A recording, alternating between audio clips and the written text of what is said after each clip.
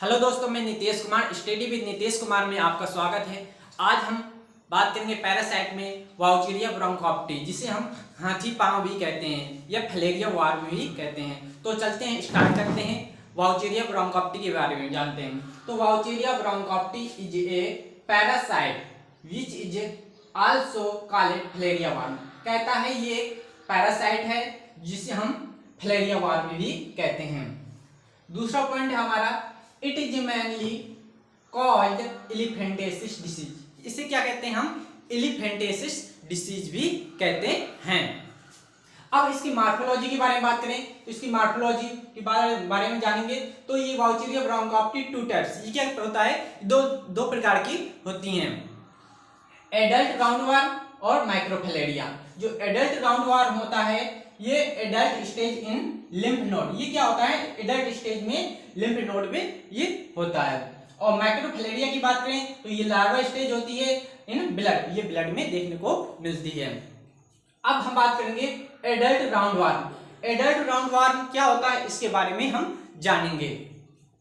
तो it is creamy white colour, ये क्या होता है, कैसा होता है दिखने में, it is creamy white colour, ये क्रीमी व्हाइट कलर का होता है एडल्ट राउंडवॉर्म, और ये पतला थीरेड लाइक स्ट्रक्चर होता है। ठीक है, अब हम बात करेंगे next point, it is end fill from with tapering. ये क्या होता है, टेपरिंग होता है, ये एंड पॉइंट में पतला होता है। ठीक है, अब हम बात करेंगे इसकी साइज के बारे में। एडल्ट राउंडवॉर्म जो मेल और फीमेल होता है, इसके साइज के बारे में बात करेंगे। इसकी लेंथ होती है मेल की 4 सेंटीमीटर, फीमेल की लेंथ होती है 6 सेंटीमीटर। अब हम बात करेंगे होस्ट। होस्ट क्या होता है इसके बारे में हम जानेंगे। होस्ट क्या है, जहां होस्ट किस कहते हैं, कहाँ पाया जाता है, जिसे होस्ट, कौन होस्ट कर रहा है, आपने देखा कोई कार्यक्रम होस्ट करना, तो ये जिसे इसमें दो प्रकार के होस्ट होते हैं, डिफिनेटिव होस्ट और इंटरमीडिएट होस्ट। डिफिनेटिव होस्ट ये ह्यूमन में होता है, इंटरमीडिएट होस्ट ये मॉस्किटो में।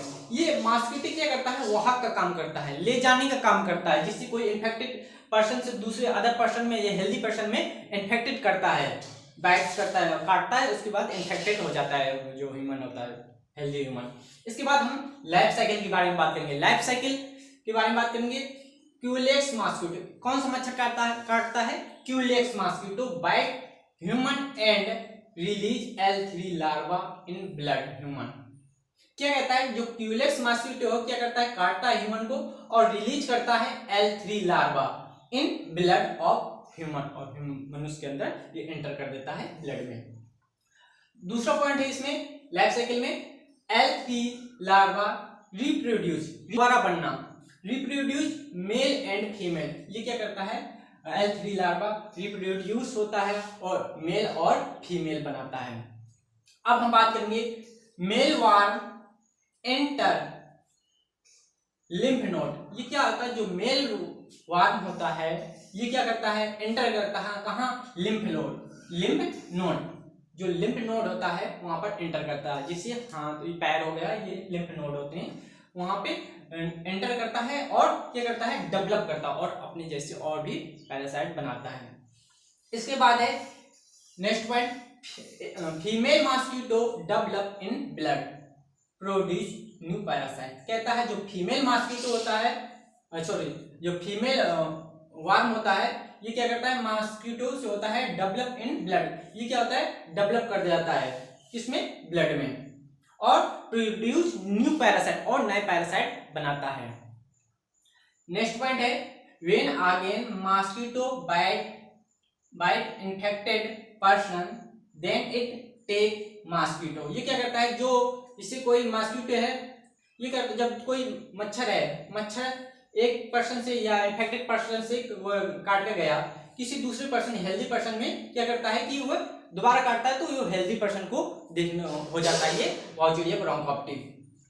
ठीक है, अब नेक्स्ट पॉइंट है, inside of mosquito microfilaria larva L1 L2 L3, ये क्या होता है कि ये स्टेज होती हैं, L1 L2 L3 स्टेज चलती हैं।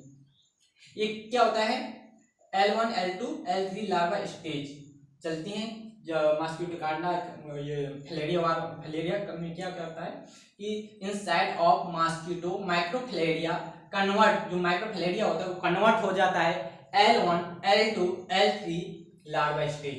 अब हम बात करेंगे लैब डायग्नोसिस। लैब डायग्नोसिस कैसे करते हैं इसके बारे में हम जानेंगे। सबसे पहले हम स्मीयर बनाएंगे। स्मीयर बनाने के बाद यहाँ पे हम बताते हैं आपको। यहाँ पे हम स्लाइड लिया, हम 2 स्लाइड लेते हैं,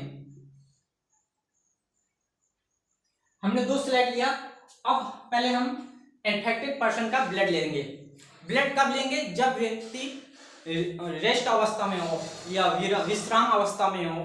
ये शाम को या रात में सैंपल लिया जाता है, या दोपहर में आराम कर रहा हो तब ये सैंपल लिया जाता है, जब रेस्ट कर रहा हो, क्योंकि ये पैरासाइट चलते रहते हैं शरीर में। तो क्या होता है कि ये हमको ऐसे ले लेंगे तो कभी कभी होता है कि सैंपल में आते ही नहीं है, तो रिपोर्ट गलत चली जाती है। तो ये क्या करते हैं, हम सैंपल लिया, ब्लड सैंपल लिया, दोनों स्लाइड में डाला, एक में थिक स्मीयर बनाएंगे, एक में थिन स्मीयर बनाएंगे। स्मीयर बनाने के बाद ये क्या करेंगे, इसको अंडर माइक्रोस्कोपी के अंदर लेके जाएंगे और उसे सीन करेंगे नेक्ड आइज, मतलब आंखों से देखेंगे, सीन करेंगे, और हमको पैरास ऐसे देख हमारा रिजल्ट होगा इसमें कि ऐसे ऐसे छोटे छोटे चलते हुए देखेंगे पैरासाइट जो वाउचेरिया ब्रोंकोप्टी के हैं, छोटे छोटे हमको चलते हुए देखेंगे। तो यहाँ पे मैंने डायग्राम में बताया है, जिससे ये क्या होता है कि ये नॉर्मल पैर है और ये है एलिफेंटियासिस डिसीज वाला पैर, जिसे हम वाउचेरिया ब्रोंकोप्टी भी बोलते हैं या हाथी पाँव। ये हाथी के पैर के आकार का मतलब इसमें क्या होता है, इन्फ्लेमेशन हो जाता है, सूजन आ जाती है। वाउचेरिया ब्रोंकोप्टी इसमें ग्रोथ कर जाता है जो वाउचेरिया ब्रोंकोप्टी है। और ये क्या करता है, हाथी पाँव के आकार का दिखने लगता है। और इसमें क्या होता है कि सरकारी अस्पताल में फिलेरिया की दवा भी आती है, टेबलेट भी आती हैं, तो समय समय पर उनको लेना चाहिए। और आज की क्लास यहीं पे समाप्त करते हैं। थैंक यू, नमस्कार।